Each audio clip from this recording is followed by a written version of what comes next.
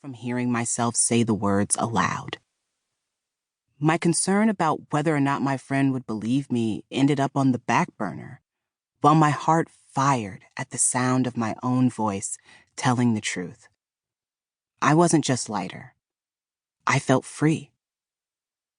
Still, I felt deeply alone. Surely I was the only 14-year-old in the world who'd had such a cruel crime inflicted upon them. I was not. We are not. I picked up Speak because the cover had a girl with no mouth, and I felt like I knew her. I read the first page, then the next, and the next, truly believing I might have wished it into existence.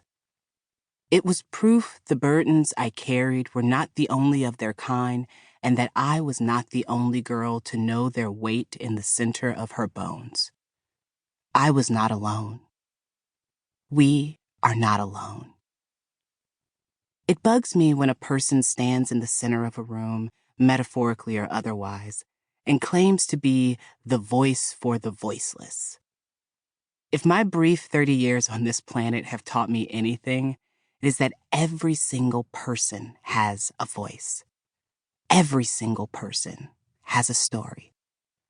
Whether or not they tell those stories is a choice wrapped up in all the complicated feelings that come from asking the world to see you, to believe you, and having no idea how the world will respond to your truth.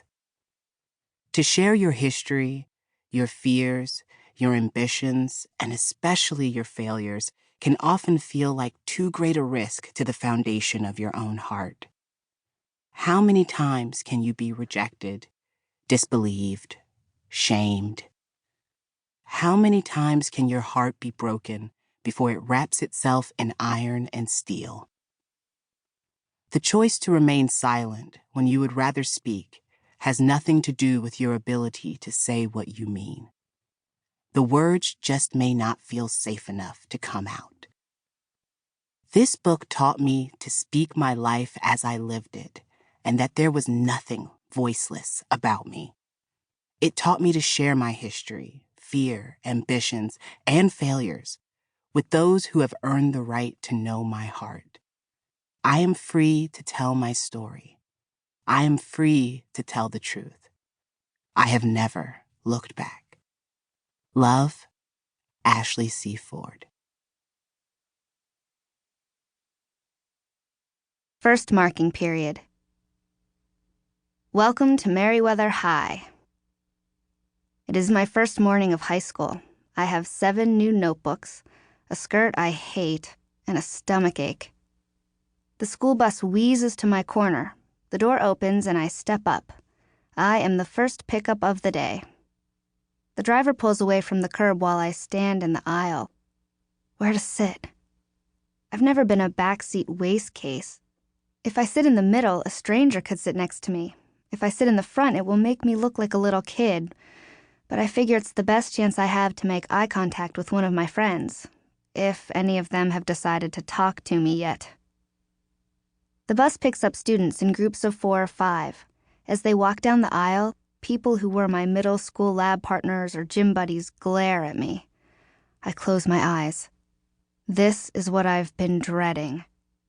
As we leave the last stop, I am the only person sitting alone. The driver downshifts to drag us over the hills. The engine clanks, which makes the guys in the back holler something obscene. Someone is wearing too much cologne. I try to open my window, but the little latches won't move. A guy behind me unwraps his breakfast and shoots the wrapper at the back of my head. It bounces into my lap. A ho-ho. We pass janitors painting over the sign in front of the high school. The school board has decided that Merryweather High, home of the Trojans, didn't send a strong abstinence message, so they have transformed us into the Blue Devils. Better the devil you know than the Trojan you don't, I guess. School colors will stay purple and gray. The board didn't want to spring for new uniforms. Older students are allowed to roam until the bell, but 9th graders are herded into the auditorium. We fall into clans: jocks, country clubbers, idiot savants, cheerleaders, human waste, Eurotrash, future fascists of America, big hair chicks, the The Marthas